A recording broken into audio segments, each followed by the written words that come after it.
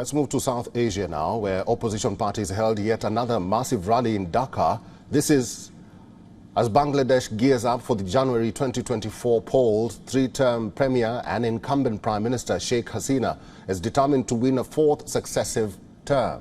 But Hasina, who is the head of the ruling party, Awami League, is facing stringent demands of stepping down. Leading the charge is the main opposition party, the Bangladesh Nationalist Party. At least one police officer died and dozens of protesters were injured as heavy clashes erupted during anti-government rallies in the streets of Dhaka. Police fired tear gas and rubber bullets as clashes erupted when tens of thousands of supporters of the opposition Bangladesh Nationalist Party chanted slogans against the government and went on rampage. Dozens of vehicles, including police vans and ambulances, were set on fire.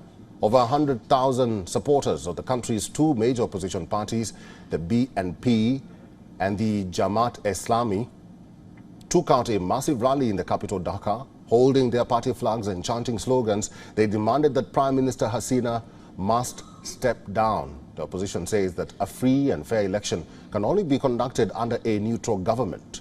The protesters also called for the release of BNP leader Khaleda Zia, who is under house arrest after her conditional release from prison in 2020. Since 2018, Zia has been serving a 17-year jail term after she was convicted in two corruption cases. Police arrested at least 200 BNP supporters near the party headquarters. This comes after at least 600 were detained over the previous week.